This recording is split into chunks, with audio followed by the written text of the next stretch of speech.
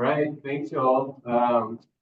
Quick introductions. I'm Sam Heywood. I am the area manager for Davey Urban Forestry. I recently relocated to Loveland. Looking around this room and hearing everyone's introductions, I feel like I've met a lot of you online. It's just like getting out from behind the screens and meeting everyone. It's been really great. I'm in my 12th year with Davey. It's been a long journey, but I think I'm finally where I ought to be here in Colorado. Really excited to be here. Rachael, you want to introduce yourself as well? Hey everybody, Rachael Sitz. I've been with Davey Resource Group for 5 years on the Western planning team, and some of that has been involved in planning projects in Colorado, which I'm excited to talk to you all more about a little bit later in the presentation. Yeah, so we're here to talk to you all about the importance of strategic planning. Focuses a lot on just strategic plans themselves, but there's a couple other details we'll be going through in another project we're going to highlight. So we're going to go through the basics of what strategic planning is, the benefits of it, the planning process itself. We've got a couple examples of Colorado, recent Colorado strategic plans, and then talking through some barriers that you might be experiencing before starting. All right, so what is a strategic plan? This is a long-term visionary roadmap for your community or other unit as you're moving towards planning what you're going to do in the future. These are increasingly visual for urban forestry, especially. These are approachable to the public. We see often like public versions or public executive summaries published as well. And these provide guidance for departments, leadership, and things like that as it relates to urban forestry.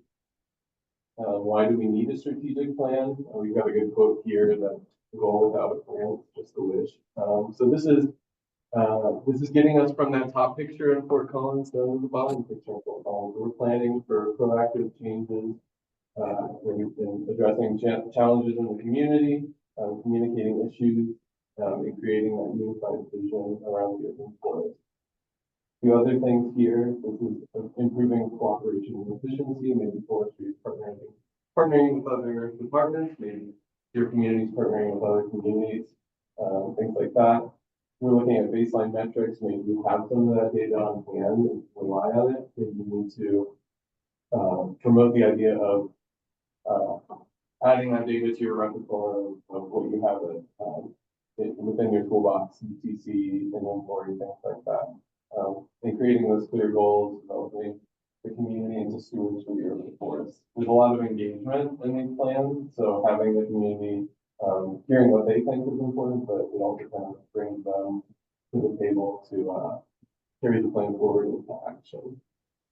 Rachael, you want to cover some of this? Process? Well, walk through the planning process, just an introduction of what the planning team and also the city or what other organizations are working together to develop a plan. So this tried and true adaptive management cycle is what we use to go forward in the planning process. So we ask 4 basic questions, and those are: what do we have? What do we want? How do we get there? And how are we doing? So the next slide, we're going to go through kind of what components would be in each of these questions. So the first is, what do we have or not have? It's important to note that every community is a little bit different and may or may not have these background documents that we could review or the data that's up here to review as well. And that's not a problem. The planning team would meet that city or organization wherever they're at and then develop some recommendations that they can use to build on the current urban forestry program. So a few of these background documents could be a tree inventory, tree canopy data. Let's see, we've got operations review. So that's kind of a department review or a review of whoever is taking care of the public trees, trying to find, is it working efficiently, where are there gaps? And then also code and standards review. So looking at, are the current policies aligning with what's in code? Do we need to make any suggestions on how to update the code? Things like that. Plans could be like a city's general plan or a climate action and adaptation plan. And then we also look at any geospatial data that the city or organization has. And this next piece is what do we want? And this really is the engagement with different partners and the communities to figure out what challenges there are, what's going well, what's not going well. So we've got some examples of traditional engagement on this slide. And the first would be focus groups or interviews with internal partners or external partners, anybody that has some role in managing the urban forest. We also have community meetings up here. These could be in a traditional presentation format or an open house, but we also have other community engagement ideas coming up. An online survey is typically used to gauge on specific questions. So if there are thoughts about changes to the municipal code, taking that out to the public and asking, what do you think about this? So that we can make more informed decisions on those recommendations down the road. So some creative engagement that's been done in planning projects are shown here as a picture of a tree tag in Edgewater. And this allows both the communication of what benefits trees can provide and might gain more advocacy or support for the urban forest. So it can go both ways in like the sharing information and getting information. There's also a QR code here that a lot of times could take whoever is using that QR code to a website hub with more information on the planning process. So another avenue for communication. Let's see, we've got conversational surveying up here. So that would just be meeting people where they're at, listening to whatever they have to say about trees. And the same goes for any pop-up or tabling events. And then some other examples are photos or writing contests that can be used in the final plan to really show the specifics about that community, what's unique about it, what's the culture, what's the feel. And this how do we get there is really synthesizing everything that was learned in that background review and in the input and engagement to come up with goals and actions that could take that program in the direction that was decided upon by stakeholders, the community, also looking at different industry standards and case studies from other areas to find out what the best way to move forward is. And how are we doing is really a metrics and benchmarking. So we have an example up here of the sustainable urban forest indicators. This is just one tool that can be used to kind of benchmark where a program is, and then down the road, do it again to see if they're making progress in any of these areas. So typically we look at a very broad, in the indicators at least, broad topics on tree canopy, how it's managed, how partnerships are going. But other things like tree canopy, tree benefits over time, community participation, either through the planning process or afterwards even, and also tree care metrics can be used. And they could go into like a state of the urban forest report to give that information back out to the community, or it could be an internal review saying, well, this is where we were 5 years ago, where are we now? And now we're going to move into a few examples of strategic planning projects and other planning projects in Colorado Front Range specifically. So the first one is the Boulder Urban Forest Strategic Plan, and this was completed in 2018, but what really got this process started was finding emerald ash borer in the state. So the city forester there thought, well, having an inventory is important, knowing how many ash we have, what species diversification is, and what our goals could be there. So that really spurred it. There is a 2015 inventory, and that inventory was just redone in 2024 to see how they're making progress in goals. And there was a strong emphasis on integrated pest management as well as community engagement, and that was to see like, is the community supportive of using pesticides on public trees? So that's kind of that marriage between the community engagement and the integrated pest management there. But the metrics and looking at their annual work plan to see if they're reaching some of the goals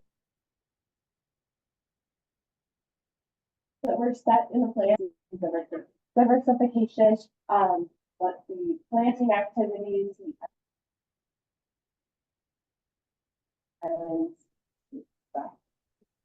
and another more recently hot press example of a strategic plan was just completed in June of 2024 for City of Denver. And this process took 16 months. It's pretty typical for these to be 1 to 3 years in length, if it's a really comprehensive planning project. And a few highlights from this project are that it is the first strategic plan for the city. It builds off of their a plan for healthy cities and the guiding principle of one drop, where they're really looking at how important water is for trees in the semi-arid environment, water quality, and the importance of irrigation for urban forests. But it also has a pretty strong focus on urban forest equity, as well as climate change. And some of the goals, increase canopy, promote and invest in the stewardship of the urban forest, and then recalibrate Denver's urban forestry practice. And then I'm gonna hand it over to Sam. Yeah, sure thing. So another recent plan published that same month was the Edgewater Urban Forest Master Plan. This is unique in terms of it's probably tiny. And the resources that they had on hand to start this plan. We actually worked with their sustainability and community development group. Edgewater has a city arborist, but they don't necessarily have a dedicated forestry department. So they're looking to build from what they have and grow things there. We had a lot of involvement and support from the sustainability board and tree commission. So that's something to keep in mind, and use your boards, use your other groups that you have involvement with to support the planning process. When they arrived at these goals here, listed to help improve those programs. Fort Collins anticipated completion date October, so we're right there. We're definitely on track. Working with Kendra on this one. 16-month planning process there. Large focus on climate adaptability. Big focus center population, things like that. And then being more of a leader. This is a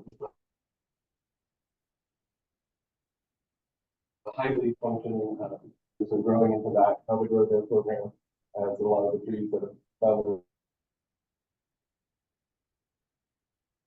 into the ground or maturation as well. The full plan translated into Spanish that will be post adoption. So we're at final plans ended up with translation there with a page count around 40-ish. So smaller plans, some of these page count plans can get into the hundreds, but with a supplemental technical appendix and stuff.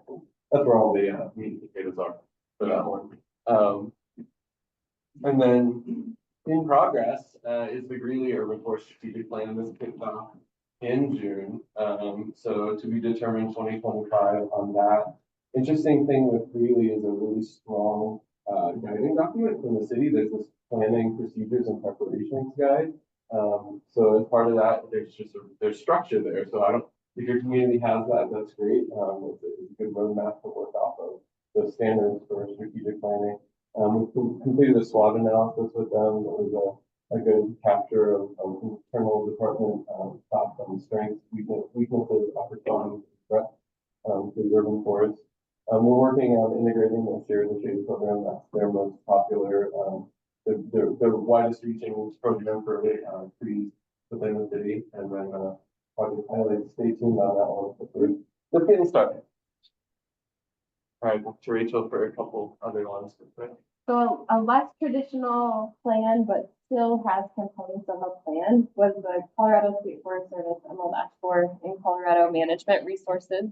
And this was a website that provided management tools and current practices for dealing with emerald ash borer, and it's statewide. So anybody in Colorado, but also neighboring states or anybody can access this information. And I think the most important part maybe of this plan or unique part is that there is an online management plan builder. So a lot of communities don't have an urban forestry program or don't have an arborist. So they could even use this to basically fill out the questions of what the community wants and get a management plan for emerald ash borer that's tailored to their needs.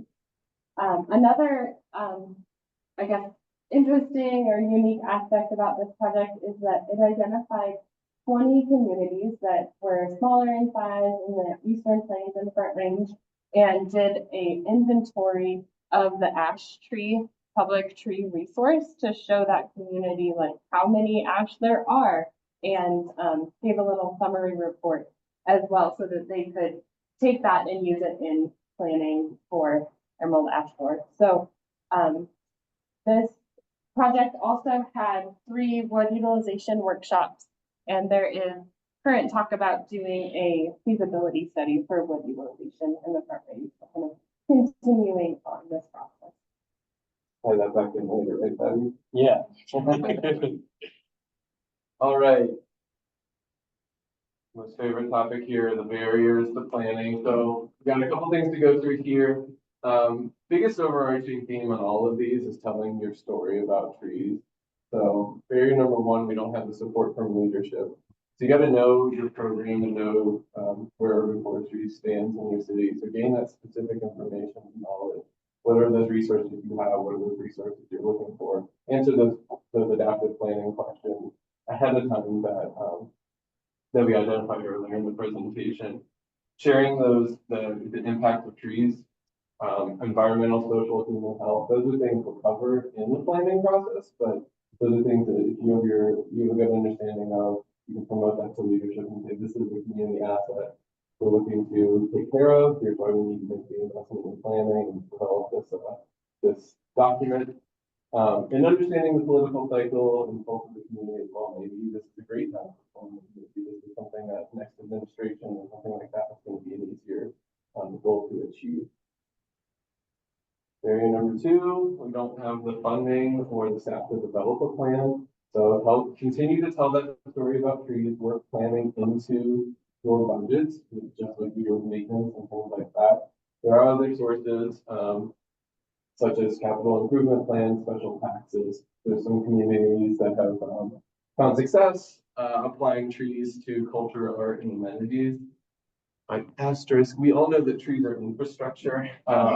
Maybe this is just a way that you can promote the idea of trees for now with your leadership. Grants, of course, state, federal, and the IRA grants. And then there's collaboration, partnerships, coordination. Are there nonprofits that you could partner with? Are there consulting groups that you can partner with to provide that additional staffing or expertise on the planning process itself? Out of state, but a great example of this is Dallas. Dallas's plan was written by the Texas Trees Foundation, and then that's a nonprofit local to the area. The research group also worked with them. This is a 2020, maybe a little bit before planning, 2021, I think, leading them to their inventory, which is the start of this year. So that's a big one down in south of here.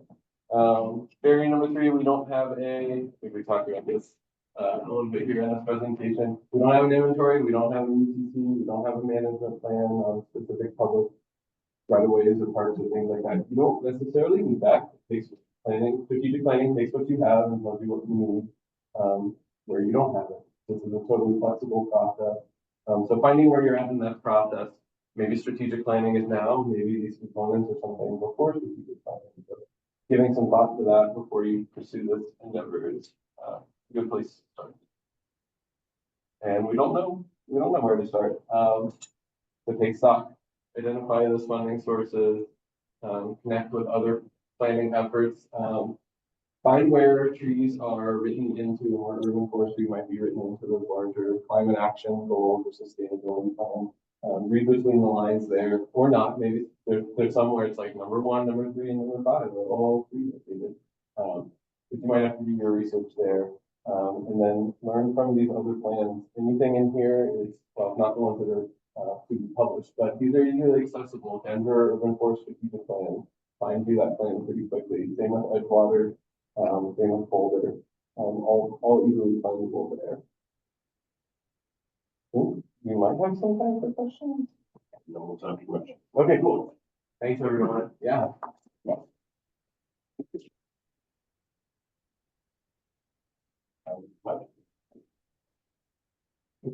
Yeah, Rachael, so if we have a community that's set up more for enforcement and proactive work, how do you adapt?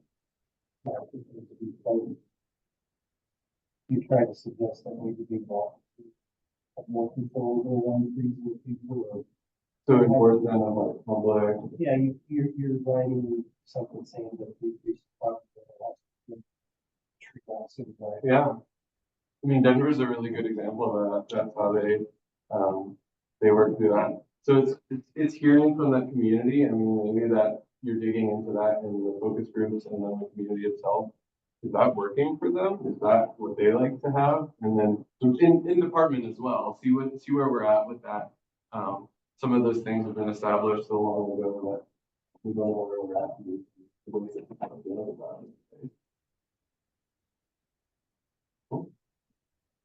I have a quick question. Yeah. Hi. I was wondering what your comments would be on the introduction of new species, new tree species that may be less familiar, but bear novel traits, climate adapted type species, and how that plays into some of the recommendations and expertise that you're sharing here today. Yeah, I can take that question. Thanks for the question. So, oh, that's right. I'm just gonna go that way. I don't know where to stand. So as far as what we would do in the planning process is sometimes there is a species list review and we would look at what tree species are currently being planted. One recommendation there is to look at the relative, well, actually, like how a tree species is doing relative to others in the inventory. So typically we do run a tree inventory through iTree Eco and do a resource analysis, and that gives us data to see how well certain species are performing. So even if a tree species isn't on the tree list, but it seems as though it's doing really well, that is one that we would recommend that be added. But we also look to partners who's doing research on climate adapted trees. And I know here, Colorado State Forest Service is John, the guy who asked the question. and John, oh, awesome. So we would point to you. So those are a few ideas. I know that there are things that are happening that can hopefully get us some data on that line. Okay, thank you. Yeah, you're right. That's exactly what we're involved in, is trying to identify the most important data and then to produce that. So, and make recommendations, and just trying to understand beyond the data, what the barriers are to adoption, within the management sphere, within the strategic planning sphere, after the data is produced. But I guess maybe you've explained that it's a comparison among species. But thank you. Yeah, I guess sort of on the same line. So in terms of metadata, like you guys have done a lot of management plans across the United States. Like, hopefully you're not running out of people to do management plans for. There's a lot of them out there, but would you have like overarching, I don't know, trends that you guys are seeing in terms of the climate question, and then in terms of more support for certain kinds of management types in urban forestry, or anything that is really apparent, I guess? Yeah, well, importantly, so one of those examples, Design Workshop did Denver's plan. There is a wide variety of consultants working on plans. And as far as communities to do plans for, there's always the action items, recommendations, implementing what the plans themselves state. I think what we're finding regionally is the public is coming into like enough information to be dangerous. territory. On species selection and things, we get a lot of like native zone comments and things like that where in the community outreach process itself, we're finding an opportunity to educate like, hey, there's also climate adaptability that's important here. There's biodiversity that's important. So things like that. In terms of like programs, everyone's just at such a different stage that I don't know if there's really like, oh, this is so similar to X or Y or Z. Like each community is different, and that's the importance. And the dedication to time, like this 12, 16-month long process, it takes that long to get all the information from the community, synthesize and put something out there that's totally unique for that community. Make sure I'm not taking up time. How often do you say is a common cycle of redoing the management plans for these cities? Like 10 years? Well, it's 20, so 10, 20, yeah. It's kind of like, and Denver had first one ever, Fort Collins, it stands true as well. There is like, in these moments of it's that 12 to 16, 18 month period, that's your opportunity to do that. So it's getting it right the first time is really important. Yeah, not a like, well, I'll just revisit it in 5 years. So there's the continual revisits, but yeah, the plans itself long lasting. Yeah. For community outreach, what have y'all seen? Where you see it well and not well? Like for us, the office of having this week, which also follows our most Yeah. So what do you do to ensure like equitable outreach? Right, yeah. Edgewater is a really good example of that one. Instead of doing outreach at the community center that's next to the police department, that's next to County Hall, they selected the Vietnamese church. And the presentation was the presentation slides were in English, provided later in both Vietnamese and Spanish. We have interpretation on site as well. And partnering with the Denver American they had a fruit forest going in at that church. So we kind of tied that in together. So in those early planning stages, when can we put in American strategic planning and the things that are already going on, and then meeting the community where they are. Like those are groups of people that are used to meeting in that location and know that as a community gathering place, rather than saying we're going to go down to Food Hall and on the lights and all that stuff. So yeah, things like that go a long way to reaching harder to reach. And it's probably a blend too of the traditional and the creative. Like do the tried and true, but also do some of these more out of the box. Cool. Okay. Anything else? Thank you guys. Take a 10-minute break before we go to our next group. Yeah.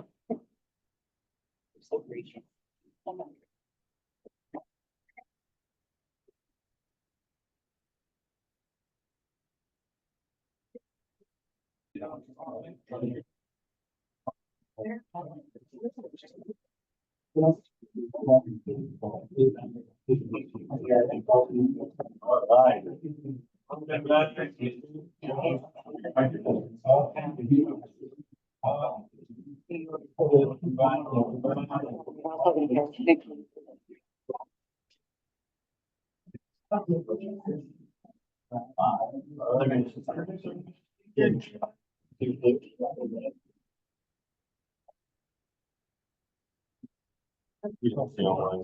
Everyone's here. Next speaker is Adda. It's USDA, and she's going to talk about Biocontrol. All right, thank you much. USDA and section out of our Aurora, Colorado office. So I will cover the entire state. So we're over here talking. You may have seen similar presentations before. We're talking a lot about the BCMA. Obviously, it's spreading pretty quickly. More and more cities are now saying having it. So we're going to do our best to try and help and try to mitigate control.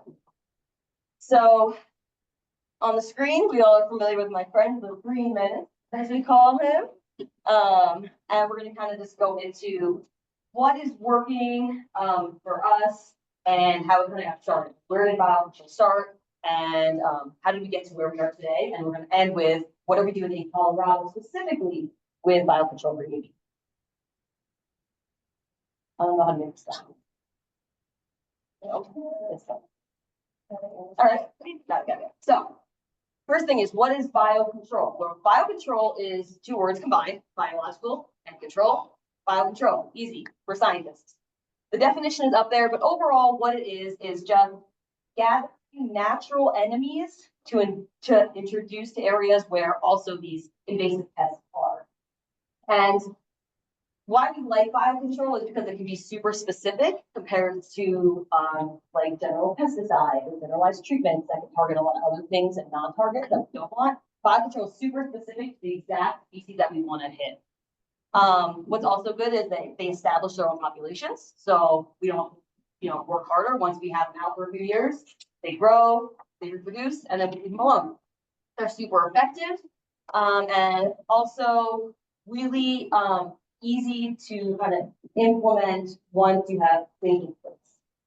However, like everything, there's some negatives. We want to make sure we're not hitting on targets. We want to make sure that we're not having any other impacts on humans, especially. We don't want to get stung or don't want to get hit, things like that. Cost is a big issue, especially for the government, because we never have money.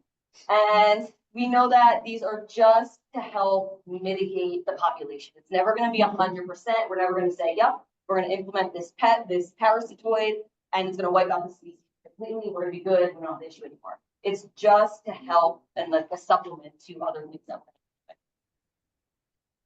So parasitoids, kind of a weird word, but what are parasitoids? So these are specific, usually wasp fly species. There are a couple beetles and nematode species as well, but most commonly you're going to see the wasp or fly. They almost always kill the host that they feed on, which is the goal. And the parasitoid will lay eggs on or in immature stages of the targeted pest. When they grow up, the adults are super, super small. You can barely see them with the naked eye, and they go unnoticed. So win-win for everybody. The pictures I have up are probably ones that you guys are familiar with. My favorite, the winsome fly that lays eggs on Japanese beetle, and that's the pest that we target.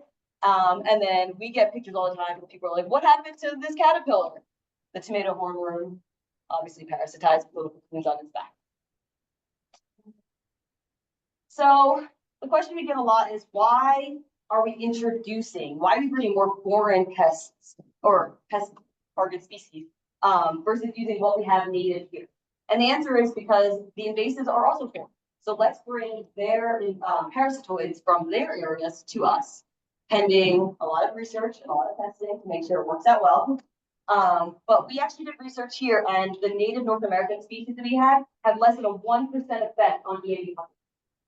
And you'll see in my future slides how much greater of an effect the foreign parasitoids have on it.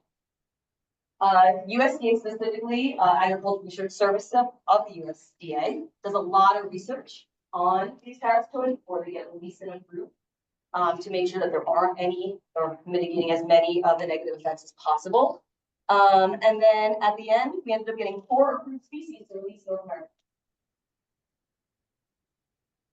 So the wasps that we specifically brought to the US lay their eggs again inside or on the EAB larva or egg within the ash tree. You can see in the picture, the ovipositors on them are super long. They can get actually pretty deep into the bark, which is super when we're dealing with mature ash trees that are much bigger than a small sapling.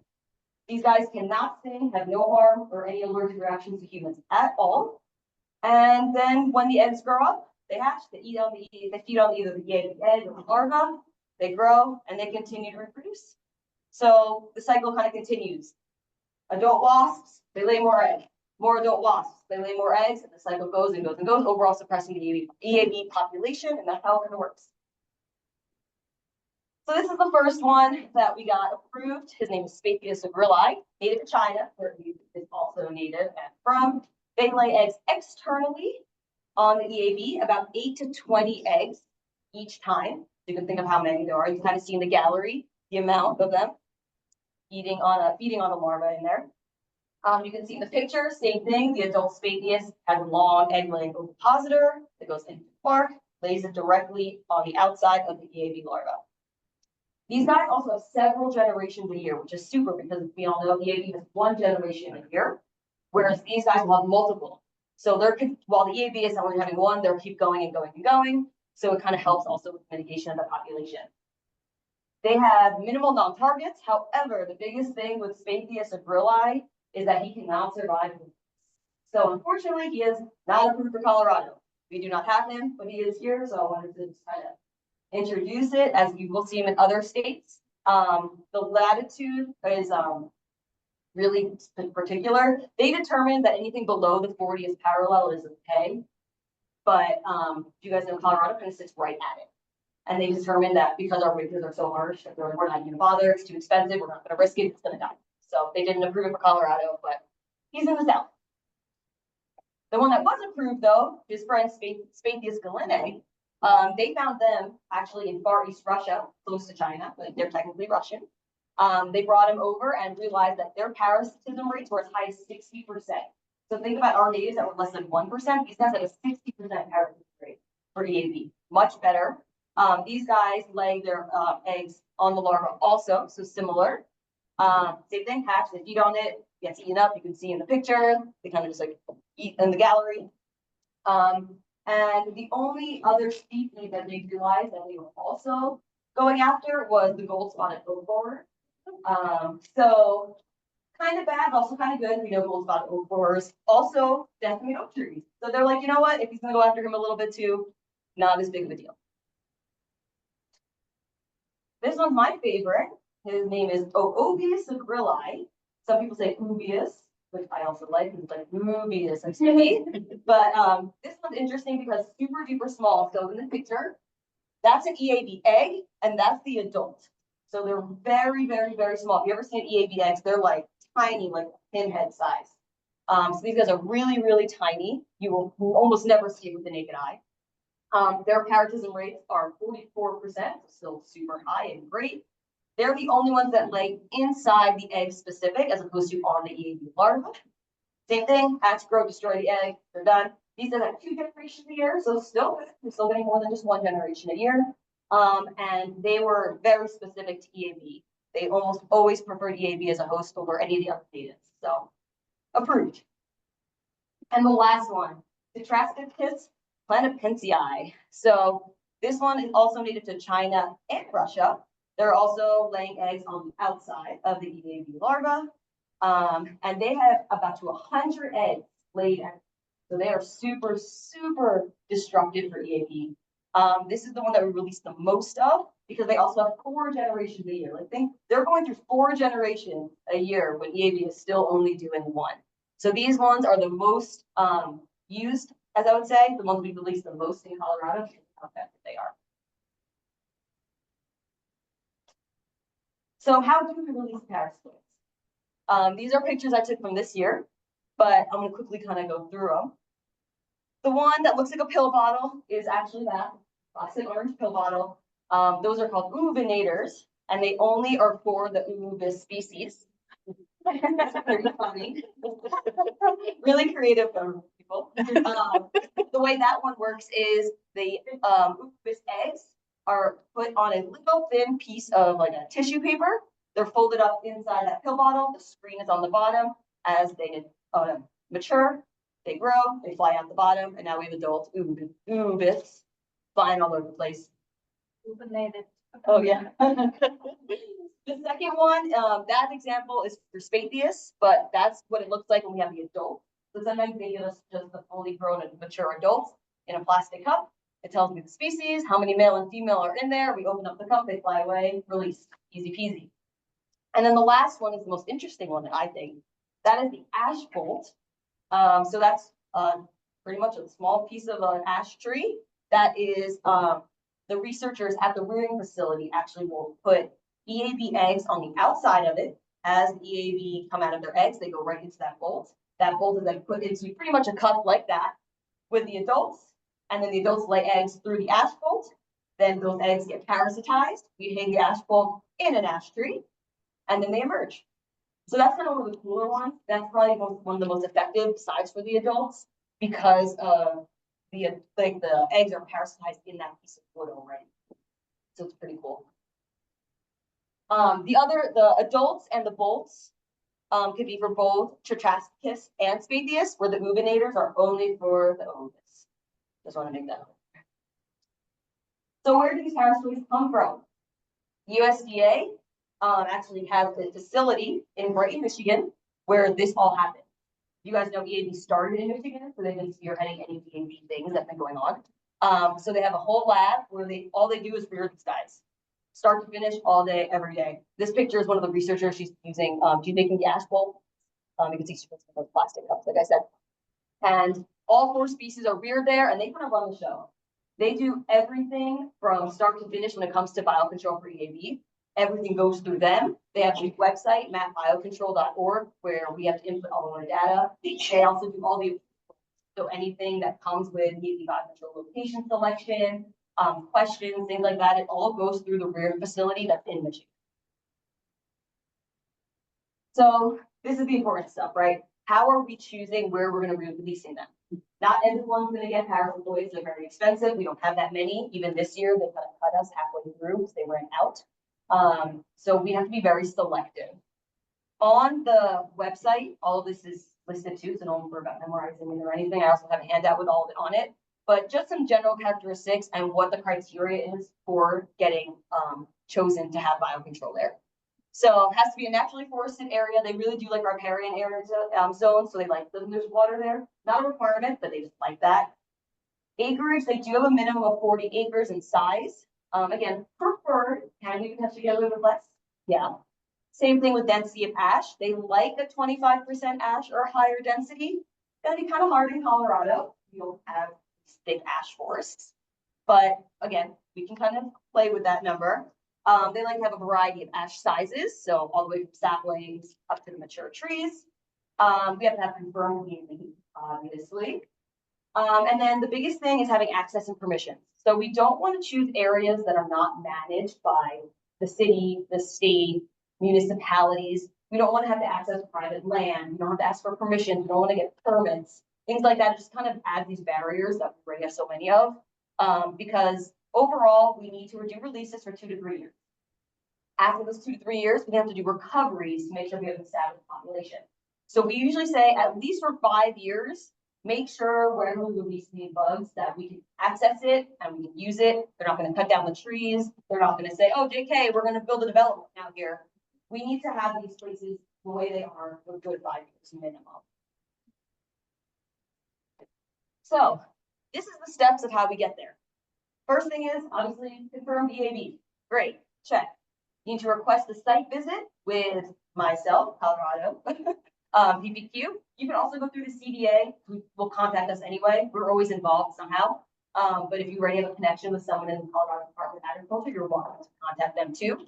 The next thing is we do a site visit. So we will come to the area where we want to do the release. We have a whole checklist that we have to kind of go through to make sure that it fits. We then enter all of those details into that website, Map Biocontrol, and then it's in the hands of the room facility. They go through it and they decide if it's good enough for the releases. The reason I'm bringing this up is that these submissions are always due by December 1st. Coming up kind of quick, we're almost in October. So if your city, municipality, area wants to have this release, we need to get started on the site visits. Because if that submission is not in by December 1st, you're gonna have to wait another year. It's always December 1st every year. So, quick timeline of where we are now in Colorado with this. Fall of 2023, EAB is detected in Colorado. In Boulder County, we're all very familiar with that. Starting fall of 2014 and all the way through 2019, we started doing these biocontrol releases. We used 3 different sites. They kind of staggered over those 5 years, so it kind of got confusing, so I didn't want to go into detail of where they were. There's a map, generally, areas of where we did the releases. In fall of 2017, we started recovering Trichasticus, which was great news, saying, yep, we got an established population. And then every year from then, we do bark peeling to make sure that we are finding parasitized larvae, which we do. We started in 2019, where we're actually confirming that those larvae are being parasitized. Then this year is the first time we're doing releases again since fall of 2019. COVID kind of halted everything. The rearing facility kind of shut down. Everything backed off. So this is the first year that we're redoing our releases. And Fort Collins was the first place. We're doing one site so far. So the site in Fort Collins is along the Tudor, again, a riparian area. We love that. It's also managed by the city of Fort Collins, not touched, so we know that they know we're doing the releases. They know they're going to keep the trees for us. Obviously, we have a confirmed EAB population. There was a sufficient density of the ash trees in the area. It's a little less than 25%, but don't tell anybody. It was fine. All 3 species were successfully released all summer, and we're going to be doing it again next summer. So if you want to maybe see how these go, you're welcome to join next summer before you actually dive forward in to do the releases. But either way, USDA is always here. We're always going to help. We're always going to be like, we always go to the releases just to make sure everything goes well. So if you're interested, you can talk to me. My co-officer, Mike Winks, if you're familiar with him too, is also going to be involved. We both do these pretty evenly. We're both going to be doing the site visits to make sure that everything, all the documentation gets into the Biocontrol properly, because we've had that as an issue before where stuff wasn't entered right and then they got denied. So we want to make sure we're here every step of the way with you guys. That's everything.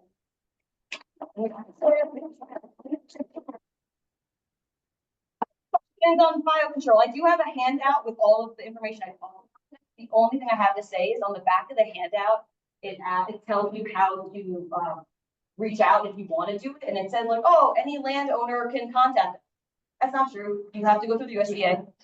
So don't just like send the roots like email. Be like, hi, my name is Joe, and I have at Ash Street, I'd like to release bio like parasitoides. They're not going to let you.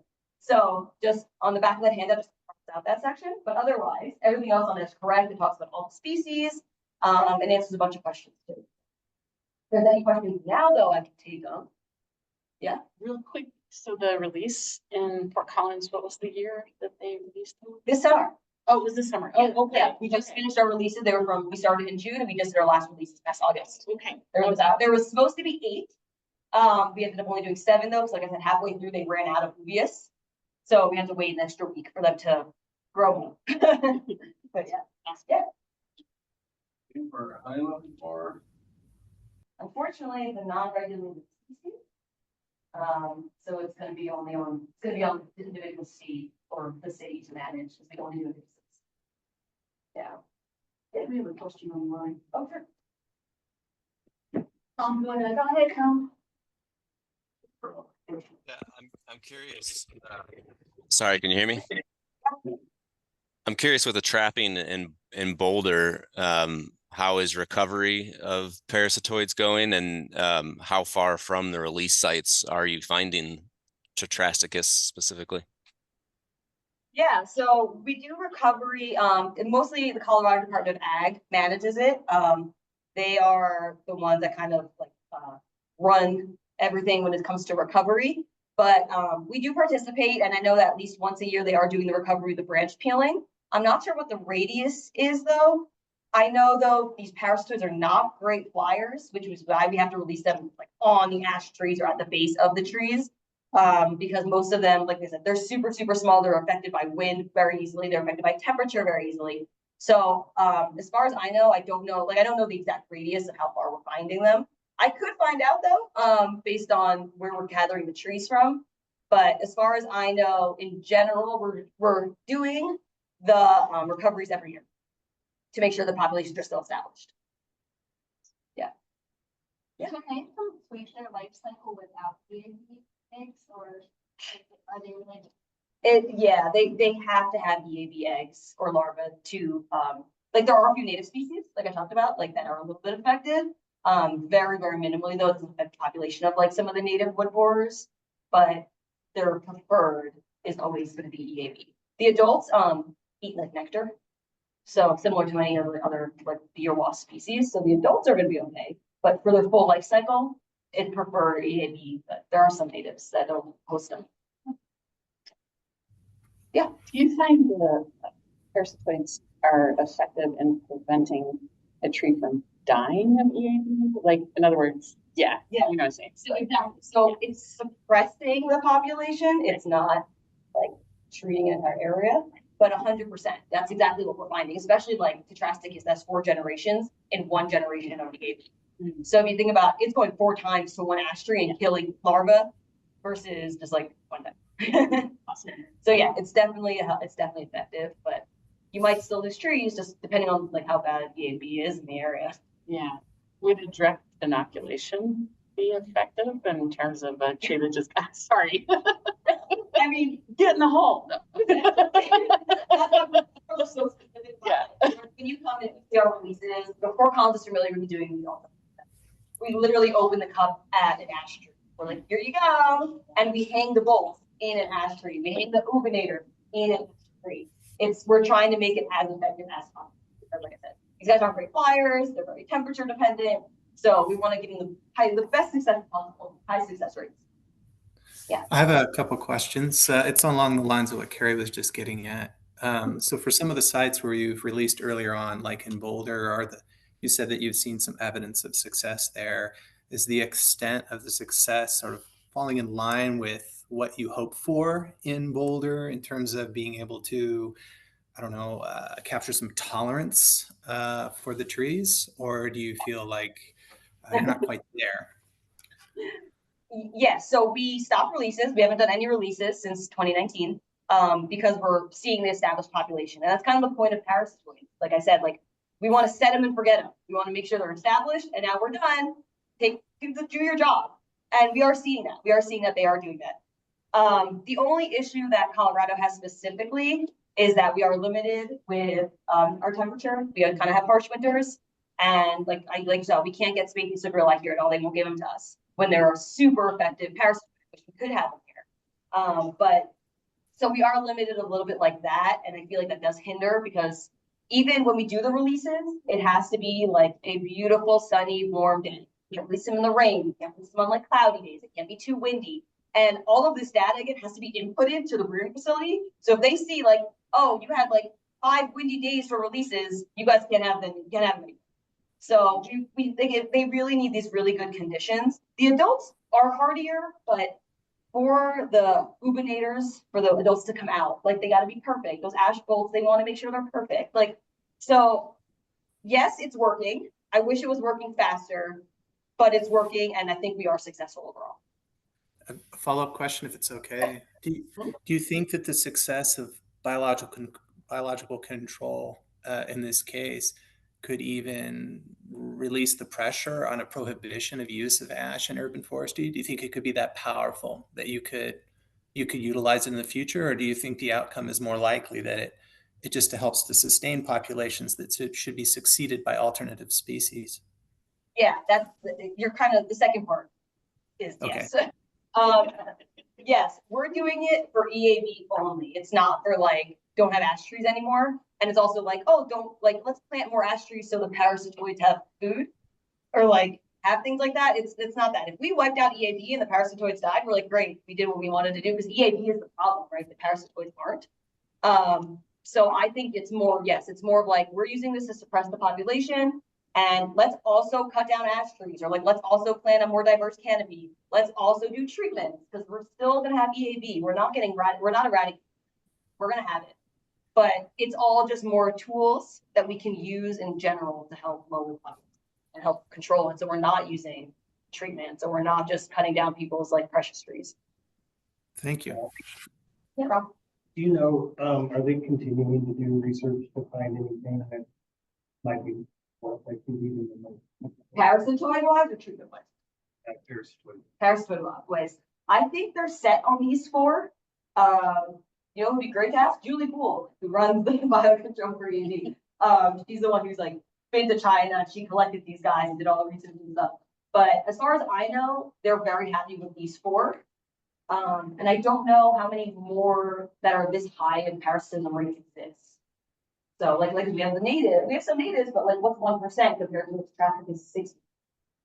I think sometimes, you know, in our industry, the confusion comes when we consider control and the biocontrol, and it's really just a tool in the IPM. You're like biological focus. Yeah. Not control, suppressors. There you go. Friends. Yeah, friends. Bio friends. Oh, anything else? Carrie. Sorry, I was like, are these a really expensive thing to produce? Yeah. Okay. Yeah. This is what I'm getting from you. I Yeah. mean, I don't know the exact cost, but it's all funded through federal budget. Great. So like, for example, if we have shut down, then rural facility stops. We all get furloughed. We don't have them anymore. Then we have to start from scratch. So yes, it's very dependent on budget and it's very expensive. The facility there, has to employ X amount of people and then we have to have X amount of equipment, plus the nationwide shipping of this, plus all the, like the supplying and then just mailing them. I mean, we got one shipment in and half of them were dead and I was like really sad and bummed about it, but it was that week that we were like in hundreds. Oh, yeah. And they shipped them to us and they do it overnight shipping, but like just from that 24 hours of them sitting in the box of 100+ degrees, like we lost half of our dressings that one, or spaces, the spaces. So again, it's very expensive. They didn't like that. When I told them, I was like, hey, half of these died. And they're like, oh, sorry. And then they're like, we'll send you some extra next time. I'm like, okay.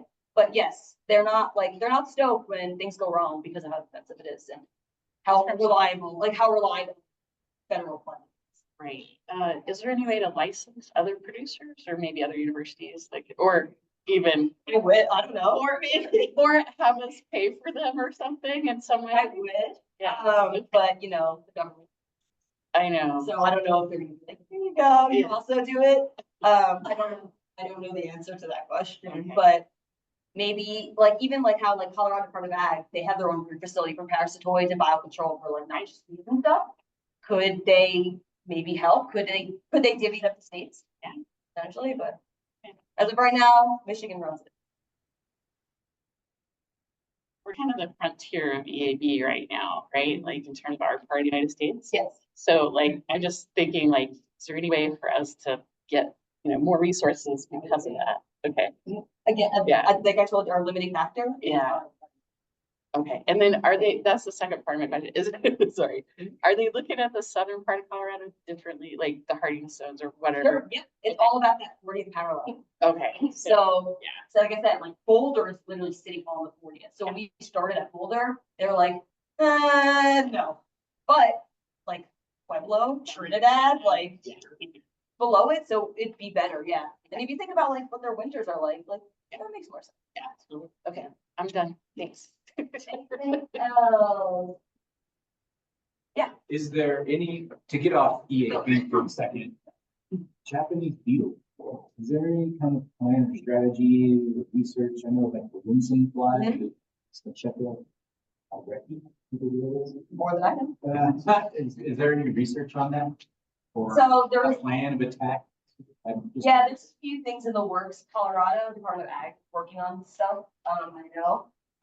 There is, so we're not doing wind supply releases. They are here, they are doing their thing. And sometimes you'll see them. It's cool. We find it in the wild, we find it in Colorado on a Japanese field. There is always research going on.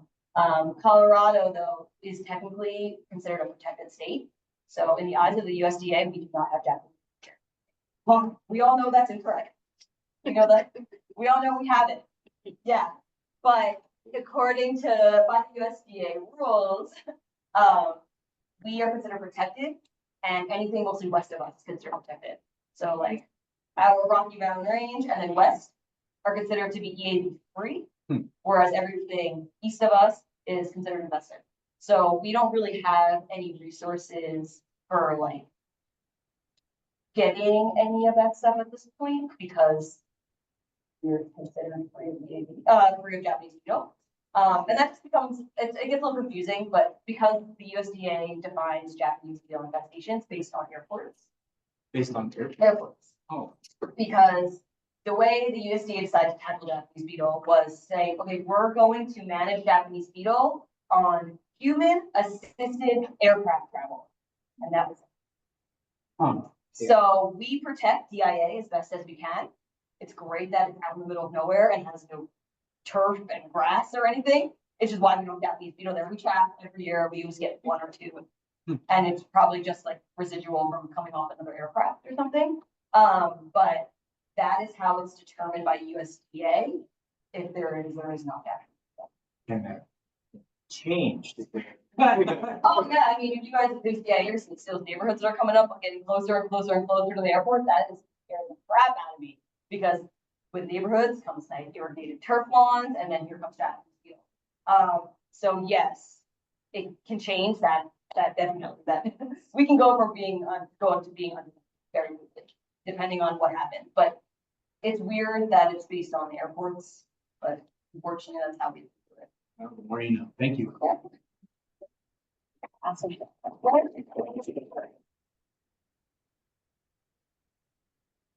Awesome. Um, Oh, okay. Nice. Beth.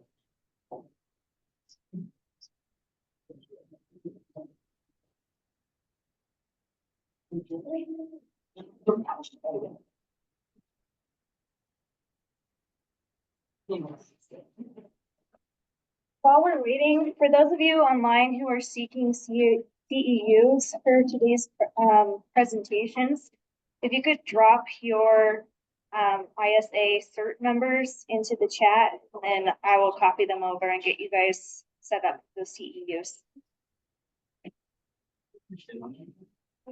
And for those in the room, CEUs, I have 4 papers tomorrow, so after.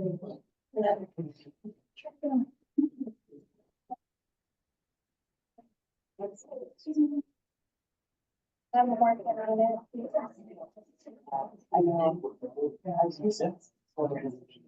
How's it going? Let's try it. Yeah.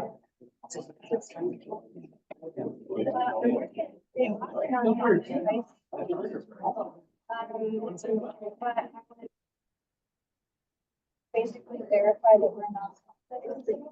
So I have to get a special letter from the residents and send it out. So it's like a list. Oh gosh. Okay.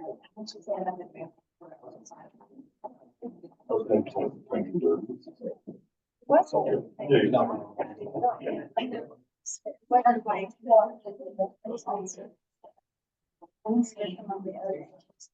All right, everybody, we're gonna start our next presentation here.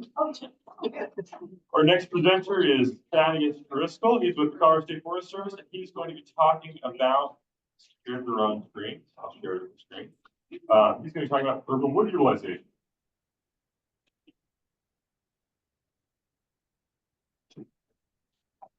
I'm gonna hand it over to him. There you go. Hi, everybody. My name's Thaddeus. I work for the Colorado State Forest Service in sort of a newer position called Urban Wood Program Facilitator. That's kind of a mouthful, so a lot of times I end up going more by like that guy. But the goal of my position and my personal goal is to decrease the amount of woody biomass in our urban forest going into landfill and increase the amount that's staying around us, whether it's in the built environment, the landscape, and generally things that are benefiting our community.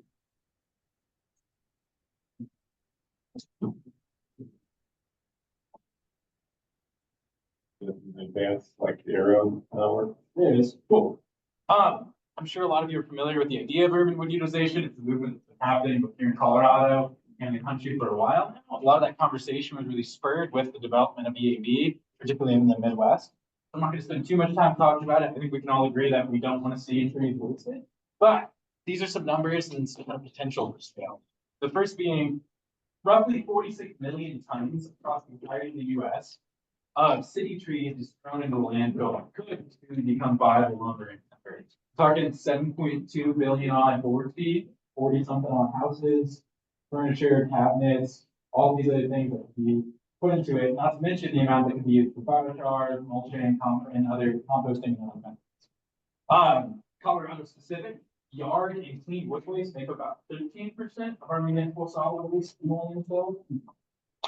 And then there's also potential for forest management. We're talking about that a lot today, right? This theme of today is all the ash for and attack in Colorado. How to develop EAB as we're taking trees out, and then also talking about our other invasive species in forest management, whether it's brush and all this, or here now. All three of those don't know, are really gorgeous hardwood. They do great stuff. If you're talking about artistry, and there's other ways we can utilize them than what we're doing a lot of times now. So to summarize, there's been some really great work in Colorado. We're, I think, ahead as a region, we're ahead. We've always been ahead in urban forestry, right? And actually, I was at SAF last week. I think Carrie can attest too. Multiple people came up to us and were like, wow, Colorado for the reach is great. You guys are really connected. in our urban forestry world. And urban wood utilization is a part of that. We've got a lot of champions in different areas and some really key partnerships. But what's happening is we've got partnerships and action and champions and people, but it's all sort of separated out and it's not as connected. It's stagnant. So I'm going to talk about a couple of case studies and examples that are happening here in Colorado, a few models that are happening in other parts of the country, and then we're going to share some projects that happen in Colorado and outside too, and talk about some next steps. And a big part of this too is I would love all of your feedback on how to build this out and what we can do next and how to make all this work. So here's just like a quick overview of some current partnerships that I'm going to talk about. Fort Collins, Longmont, a newer one that's happening here at CSU, and then also the Boulder County WUI project with Forestry now.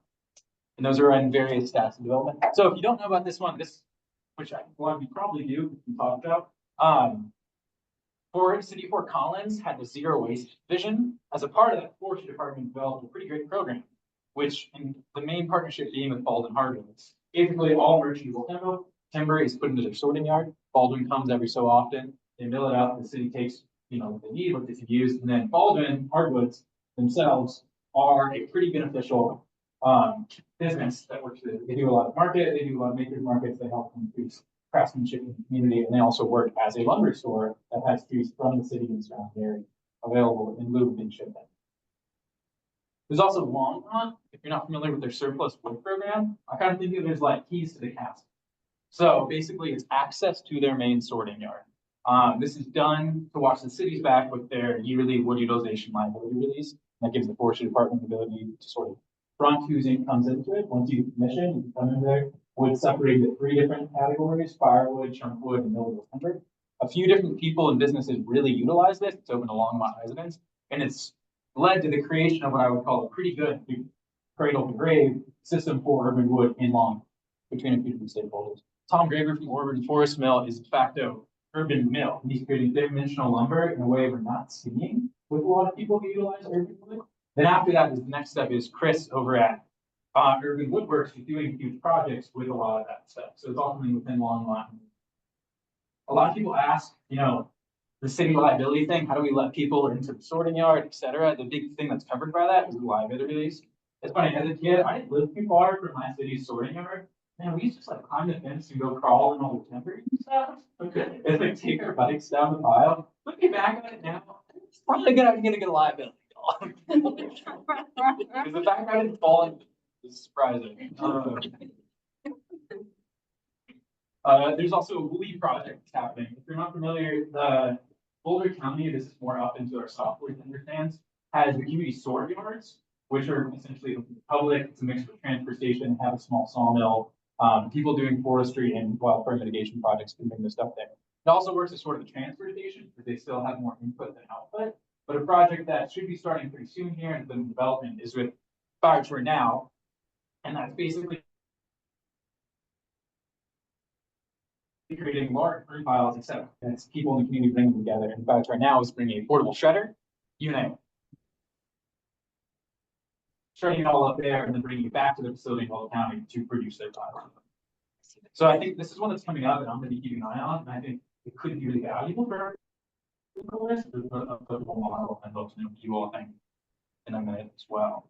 So this is a newer one. It's a little more fun. It's a little more education based. It is at CSU, and there's a partnership between the Heritage Arboretum, Dr. Nina Burton, who presented the last the Richardson Design Center, and the Colorado State Forest Service. And these photos are actually from earlier this week. And this is a decent-sized European ash that was getting milled by a professor and used as a teaching opportunity to teach about where does wood come from, the value of forestry, lights, tree physiology, all of these things, and then create internal projects at CSU itself, whether it's bench building, creating soft lumber. This is pretty early on. And what I think says a lot about this project is we have been able to get quite a bit and build out without having to access funding because a lot of the resources already existed in the CSU system. For example, the Colorado State Forest Service has had a bandsaw mill for probably a couple of decades that's been like rotting in a shed. I think it's up at the mountain campus, and sometimes it gets used for their forestry classes on rural forestry, right? But it's never been brought down to campus. We've had trees coming down, and sometimes that's fallen, sometimes it doesn't. I think one time a tree got stolen. There's a big chip mill. It's never been brought to campus to talk about hardwoods or for utilized projects. So So, you know, there are avenues, and I think we will get funding, but you've got a lot of the things we need to create an internal system without having to go and ask.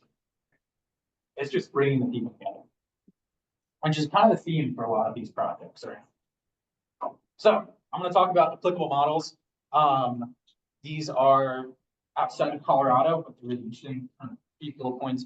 Big theme, all of them are multi-value public-private partnerships. There's a mix of nonprofits, arborists, city forestry departments, businesses, craftsmanship, etc. They all have sort of formal tasks, the really successful ones and obligations.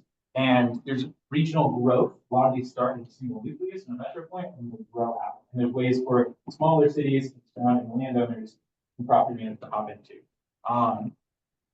First one is Baltimore Wood Project, which is one of the bigger and more commonly discussed in research literature, partially because of the development of the urban wood thing. So Baltimore Wood Project it's exactly that. It's nonprofits, it's private tree care companies, it's the city itself.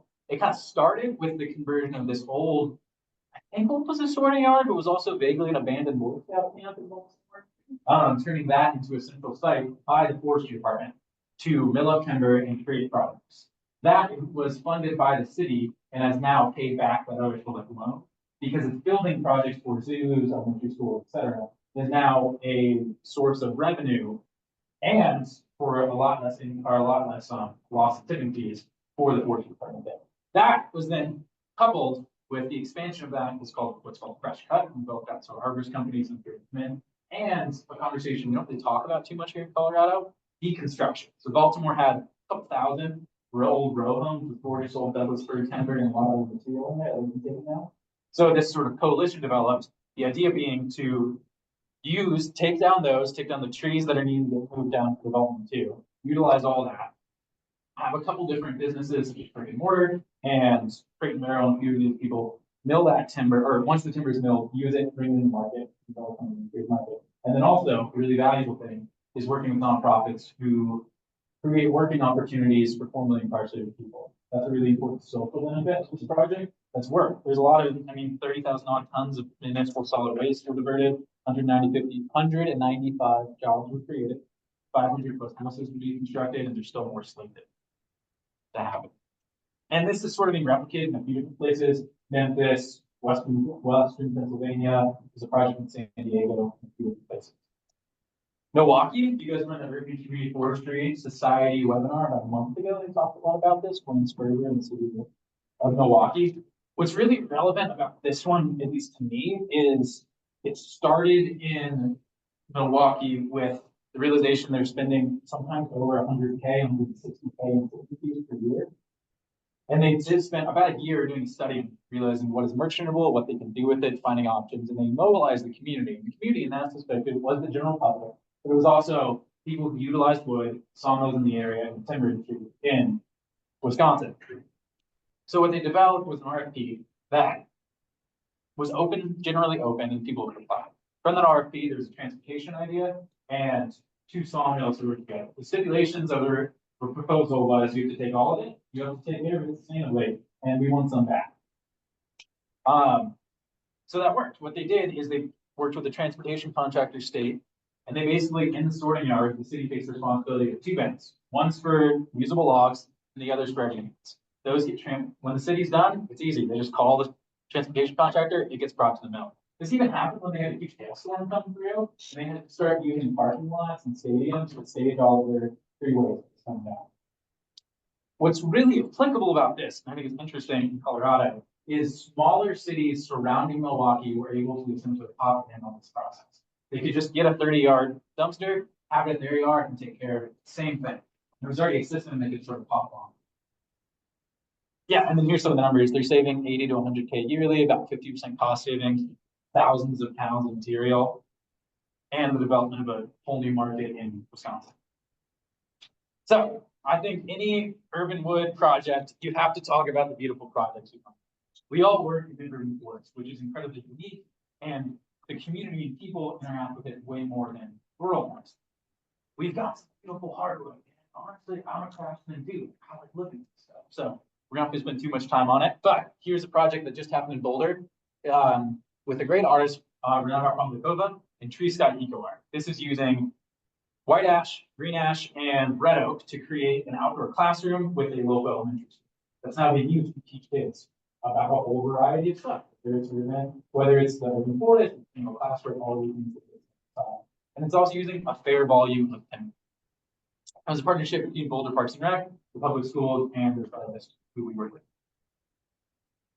Here's an ongoing project we're starting, which I think is quite interesting too. We don't have the most large architectural projects with urban wood in Colorado, but there's movements for them. So this is an example from CSU Spur, which, quick shout out, come to Spur. The State Forest Service, Urban Community Forestry is not headquartered there, essentially. And the hope is to be an open place that everyone can come to, and we can, connect and build an urban community. Colorado. But side note, you see this big wood wall? The building, very sustainable, big question on material acquisition, right? The plan was to use beetle kill beech and maple. And I chuckle thinking about it because I think every worker in this room knows there's not beech in Colorado.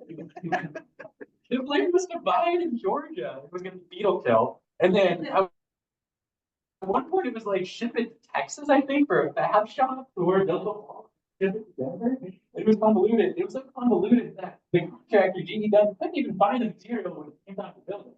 So instead, I think they tried to pull a fast one. They just threw up an MDF with like a beech veneer they got like ordered, I don't know, probably Amazon. And they just put it up there, and it's like already falling apart. One fell off that elevator right there. One fell off and almost hit me. Kids running around, dudes, and kids roll up and they grab it and they it's just glued on there. So when they basically CSU Spur was like, that's not cool. So they back credited the money. So we're working to try to replace this. But I think it's a story. If they had known that across the street is Denver Wood Slabs, who, if you don't know them, awesome company. They're both make great custom furniture and go in or mill in Denver with chain. They're maybe like a quarter mile away across the street. And no one ever asked them.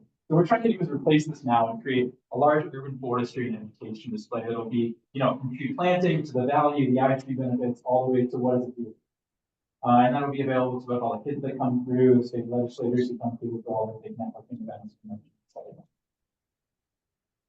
Here's one that's also really fun. One called the Alpine Adventure Zone. This is outside of Colorado, but this is good because it's lower design amount than something like the CSU Spur project, right? It's in Northampton Park in Ogden, New York. The county parks of Monroe County took all of their EAV, especially ones that got really bad, all of their removals, and then built this Alpine Adventure Zone, which is still up to this day. It's about 4 years ago now. They built it. It's still up. It's in pretty good condition. Kids use it all the time. It's a part of the environment. It's pretty loved by the community. They were also able to use a bunch of volume of material. Some projects are really valuable because of the communication and the education they give. Some are really valuable because of the volume of material. This one used a lot of ash. That is hard to make into furniture when there's a limited market. So now I'm just going to talk about some examples. Moving forward, the Urban Wood Network is sort of the sister organization of Colorado Tree Coalition. The idea is to bring together anyone who's incredibly invested and interested in urban wood utilization and creating this in Colorado and building out. So we have a whole list of members. There are benefits on educational webinar series, events, marketing, overall the development of what's going to be called the US standards, which are, side note, there's no standards for, it's so novel that in our industry, it's like, they're not very applicable. We could try to apply something nationally. The idea is to create our own that are applicable. There's also ways for cities to be a part of that, whether it's as a member of the USRW standards and outreach education, etc. So next steps, and what I would love all of your feedback on. There's short-term goals for my position and for urban wood utilization in Colorado. And it's to work with cities independently and people and tree managers to build, whether it's connecting you directly with some mill that can use your stuff or biodiversity, et cetera. And then long-term to see how we can connect everything. We have the development of what's called the Urban Wood Utilization Feasibility Study. It's a plan with Davey resource group that we're starting here really soon. The overall research question of this is to figure out, is it economically, socially, and logistically feasible to develop a multi-county urban wood utilization program in the province of Colorado? In short, make this work. And the goal of that is to create a recommended policy and procedure that we can give, coupled with a larger urban forestry idea, to the state legislator and other funding sources. So this is going to be, part of this is going to be the development steering committee, which I would encourage you all to reach out to us about if you're interested in being a part. And then identifying these major issues blocking UW, and then the development of that final development of a recommended policy, and some analysis of our current inventory and what we know about our urban forest. So that is it from me, and I would love any questions, feedback, input. And my question to you all is, what can we do better? What not? So I have a hopefully quick question, but what is biochar now really take as far as roofing? So he basically said everything, and then he goes, let me figure out what's going on with woody fruits. So Yeah. the only thing is they need to separate hardwoods, because the porosity in the biochar, when you char up hardwoods, you can't use it for everything because of the coordinates. You can't use that micro development. He is willing to take material, especially if you're interested in fixing up that texture. And I'm pushing him and trying to get him to see the value of developing like a lot or something. The issue is that biochar method utilizes shred to way later pieces, not chip. Chips are too small. There are some other biochar methods. High plant biochar has these small ovens that are open. They have a program opening, by the way. You can have the biochar oven has facility. Yeah, sorting out everything. And then, like in Wisconsin and these other kind of successful areas, is biochar part of the formulas? Yeah, but so for example, Wisconsin at Woodward Forest Products, which is the main mill that makes the majority of the material from Milwaukee. First thing is millable timber, and that's where he specializes in. After that is animal bedding, mulching, and then the remainder. It's not the highest production. Part of that is itself, biochar isn't the biggest market yet, but as that market goes up, so will we use that. But yeah, it's a big conversation. Yes. Well, people like me are no, there's no matter for what. The other thing I'm confident that we produce enough material to get staff and for all year. But here's the reason I'm the problem. I have to write a permanent process for people to access. Right now, the city's only way to access that pilot is vendor. And those require insurance and all this whole. So having to write a permanent process for the municipal government is like not the funnest thing. And it sounds like a nightmare. You just need a shed built in Denver is the pain. So I wanted to tell you about that. The second thing is that from just my kind of thumb in the air thought is it would take about 3 to 5 years to pay a staff member all that time to make it for the revenue to be equal or more, right? Because there's two things. One is separating material, as you pointed out. And two is putting out the information that the market can use to absorb that material. So without a staff member, that doesn't happen because it'd be a hobby of my job. I already have a job, you know. Yeah, I think it's a really good point. Every case study I've read, I've looked through, I've talked to people on. You're right. There's always a staff member or a champion, right? That's the whole concept of partnerships. A lot of times, that's just one person who's really interested and makes the time as a part of it. Okay, that's really good feedback. Can I help with that too? Yes. Sorry, I'm a problem child. That's why we get along so well. So we have had some initial discussions with the state's carbon roadmap.